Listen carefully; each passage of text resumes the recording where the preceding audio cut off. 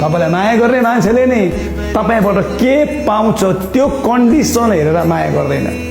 तपाईलाई माया गर्ने मान्छेले तपाईलाई माया गर्छ किनकि उसले तपाईलाई रियल्ली माया गर्छ। अनि आज म तपाईको मनको आँखा उघार्न चाहन्छु। यदि तपाईँ विश्वासी हुनुहुन्छ तर तपाईँ जहिले पनि मलाई यो मान्छेले घृणा गर्यो, मलाई यो मान्छेले माया गरेन भनेर तपाईँ यो दुःखमा हुनुहुन्छ भने तपाईँ त्यो दुःखदेखि निस्किनुपर्छ।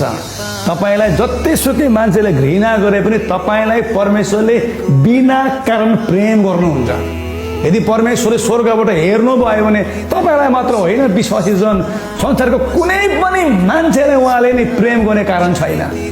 मान्छेको बारेमा बाइबलले यसो भनेको छ, हामी बरालिएका भेडा झै गएको छौँ, हामी आफ्नै बाटोतिर लागेका छौँ, हामी पापतिर अधर्मतिर लागेका छौँ। तर पनि परमेश्वरले आफ्नो पुत्रलाई संसारको लागि पठाउनु भयो र उहाँमाथि विश्वास गर्ने चाहिँ नाश नहोस् तर अनन्त जीवन प्राप्त गरोस्। आमेन।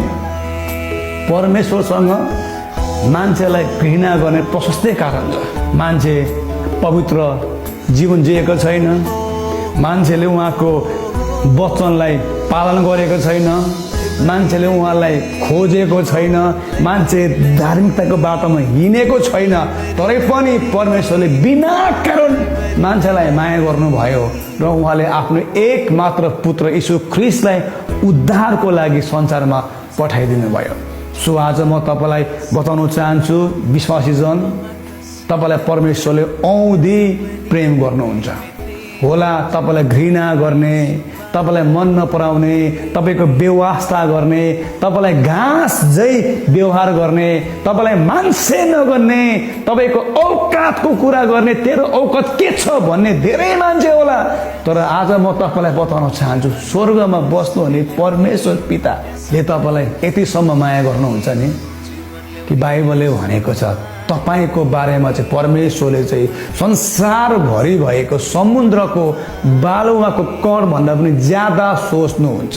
तपाईको लागि परमेश्वरले उन्नतिको, फाइदाको, असल भविष्यको, असल जीवनको योजना बनाउनु भएको छ। तपाईलाई उहाँले भन्नुहुन्छ म तिमीलाई कहिले पनि त्याग्दिन, म तिमीलाई कहिले पनि छोड्दिन। तपाईको बारेमा उहाँले भन्नुहुन्छ तेरो नाम मैले मेरो हत्केलामा खोपेको छु। तपाईको बारेमा उहाँले भन्नुहुन्छ तपाईँ तेरो आमाको गर्भमा रच्नुभन्दा अगाडि नै मैले चिनेको थिएँ, चुनेको थिएँ, तेरो नामै काटेर तँलाई मैले बोलाएको छु। हालेलुया।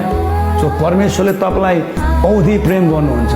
परमेश्वर तपाईको पक्षमा हुनुहुन्छ। सो मानिसहरूले घृणा गर्छ यो कारणले होइन कि तपाईँ नराम्रो हुनुहुन्छ, तर तपाईँलाई घृणा गर्ने मानिसहरूले तपाईँलाई घृणा गर्छ किनकि उनीहरूको हृदयमा घृणा भरिएको छ। सो जसले तपाईँलाई माया गर्दैन त्यसलाई सम्झेर आफैलाई दुःख नदिनुहोस्। जसले तपाईँलाई छोडेर गयो त्यसलाई सम्झेर नरुनुहोस्। तर जो तपाईसँग हुनुहुन्छ, जसले तपाईँलाई माया गर्छ, जसले तपाईँलाई वास्ता गर्छ, त्यो व्यक्तिहरूसँग समय बिताउनुहोस्, खुसी हुनुहोस्। र सबैभन्दा महत्त्वपूर्ण कुरा यीशु ख्रीष्टले तपाईँलाई औधी माया गर्नुहुन्छ।